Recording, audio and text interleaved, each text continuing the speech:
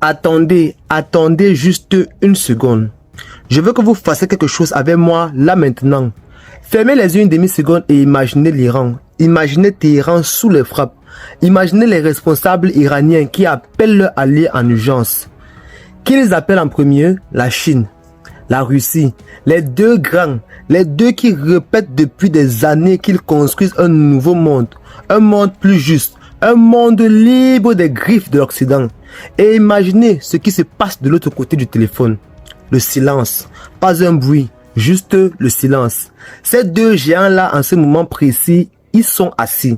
Tranquillement, ils regardent et ils ne bougent pas d'un millimètre. Pas un soldat, pas un avion. Même pas une vraie phrase dans un communiqué qui ferait trembler quoi que ce soit. Rien. Et moi, cette image-là, elle me colle à la peau. Parce que si on ne comprend pas ce silence aujourd'hui, on va payer cher demain. En Afrique surtout, très cher. Mesdames et messieurs, pour comprendre pourquoi ces deux hommes restent immobiles, il faut reculer, il faut zoomer arrière et regarder le tableau en entier. Parce que ce qui se passe au Moyen-Orient en ce moment, c'est pas une histoire isolée. C'est pas juste l'Iran contre l'Israël, c'est pas juste une question de frontières ou de religion. Ce qui se joue là-bas, c'est la répétition générale d'un scénario qu'on va voir en Afrique. Et cette fois-ci, c'est nous qui serons sur la scène, pas des spectateurs, des acteurs. Je m'appelle Franck, je suis pas journaliste, je suis pas expert dans un grand cabinet quelque part à Paris ou à Bruxelles. Je suis un jeune qui a décidé un jour d'ouvrir les yeux grands et de ne plus se contenter des explications toutes faites qu'on nous sert sur les grandes chaînes. Ce que je fais ici, c'est chercher, fouiller, décortiquer et partager avec vous ce que je trouve avec honnêteté, sans filtre, sans agenda caché. Et avant d'aller plus loin, je veux m'incliner car il y a des frères qui ont ouvert ce chemin avant moi. Des créateurs qui ont pris des risques pour parler de ces sujets quand c'était pas populaire, quand c'était même risqué. Je marche sur leurs traces et mon engagement, c'est de continuer le travail avec encore plus d'intensité, encore plus de rigueur, encore plus de profondeur. Ce qu'ils ont planté, je veux l'arroser.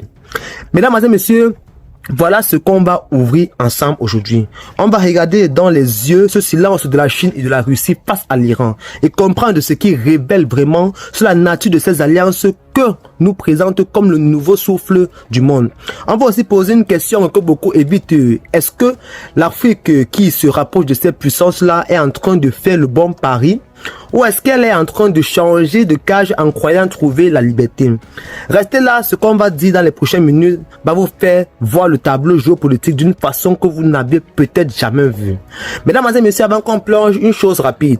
Si vous regardez cette vidéo jusqu'ici, c'est parce que vous êtes le genre de personnes qui cherchent à comprendre vraiment, pas à avaler. Alors ce que je vous demande, c'est simple. Aimez cette vidéo pas à la fin maintenant, parce que l'algorithme décide dans les premières minutes si cette analyse mérite d'être vue par plus de monde. Aidez-moi à la pousser vers les frères qui en ont besoin.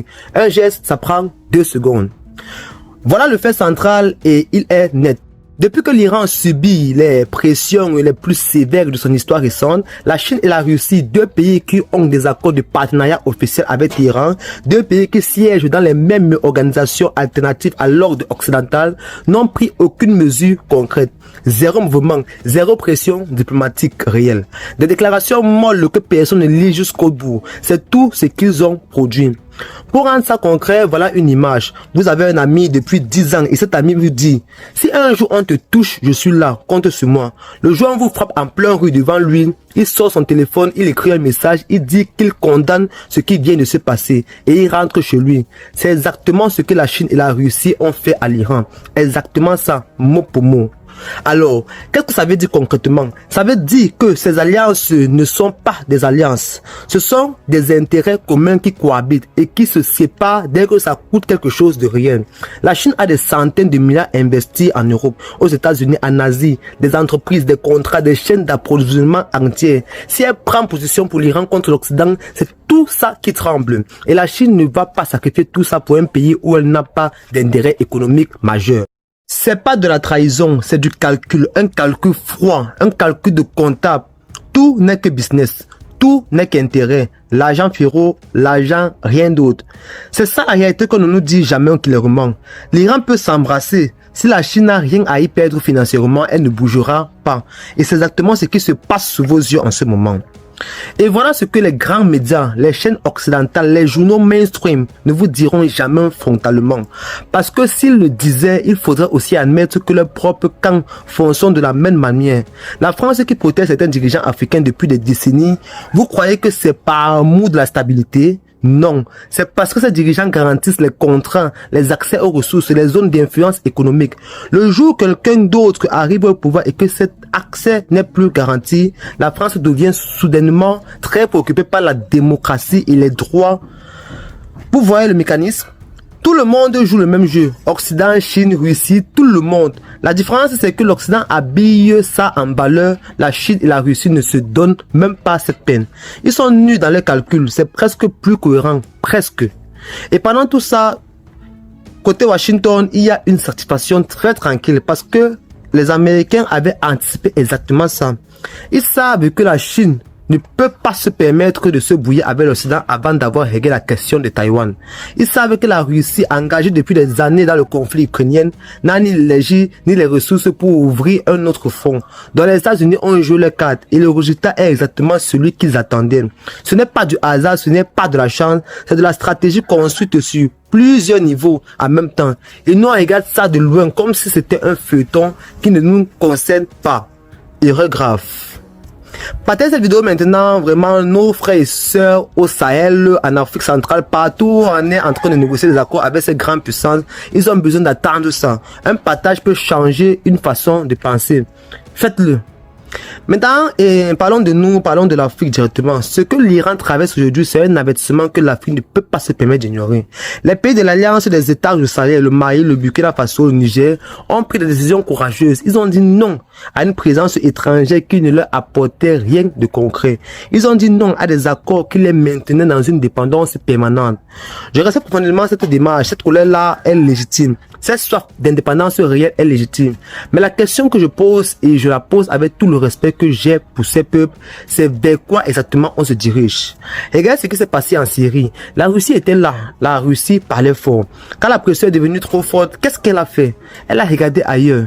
Regardez ce qui s'est passé avec Maduro au Venezuela. Soutien verbal de la Russie et de la Chine pendant des années. Dès que les États-Unis ont vraiment serré le vis et que ça risquait de coûter quelque chose de concret, plus personne.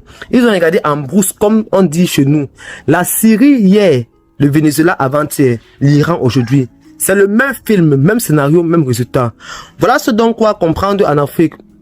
Une alliance qui ne coûte rien à votre allié, quand vous êtes en difficulté, n'est pas une alliance, c'est une décoration. Pour qu'un partenariat soit solide, il faut que les intérêts soient tellement liés que l'autre ne peut pas se permettre de vous laisser tomber. Il faut que votre suivi soit dans son intérêt direct.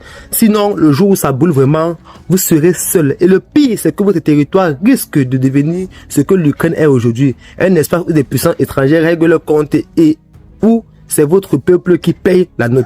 Vos enfants, vos familles, vos villes. L'Afrique a tout ce qu'il faut. Les ressources sont là. L'intelligence est là. La jeunesse est là. Ce continent a plus de jeunes de moins de 25 ans que n'importe quelle autre région du monde.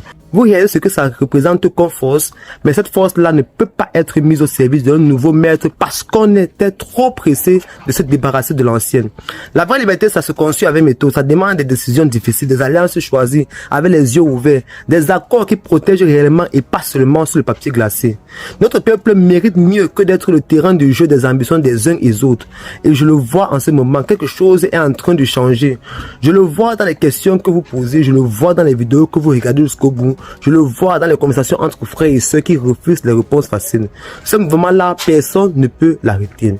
Et il y a quelque chose que ma grand-mère me répétait quand j'étais petit et que je comprends seulement maintenant dans toute sa profondeur. Elle disait, celui qui n'apprend pas de la douleur de son voisin paiera lui-même le prix de la leçon. L'Iran souffre en ce moment, la Syrie a souffert, le Venezuela a souffert. Ce n'est pas le manque de courage qui a causé ça, c'est l'isolement au moment le plus dur, un isolement qui vénère d'alliés qui au fond n'avaient jamais vraiment mis leur peau dans le jeu. La fille doit apprendre ça pas avec amertume, pas avec peur, avec cette lucidité tranquille de quelqu'un qui a compris les règles du monde, tel qu'il est vraiment, pas tel qu'on nous le raconte, et qui décide de jouer selon ses propres thèmes pour son propre peuple. Notre avenir se trouve ni à Moscou, ni à Pékin, ni à Washington, il se trouve dans nos propres mains et nulle part ailleurs. Chaque jour, on se pose les bonnes questions, on avance, et vous, en regardant cette vidéo jusqu'ici, vous faites partie de ceux qui avancent. À très bientôt, prenez soin de vous.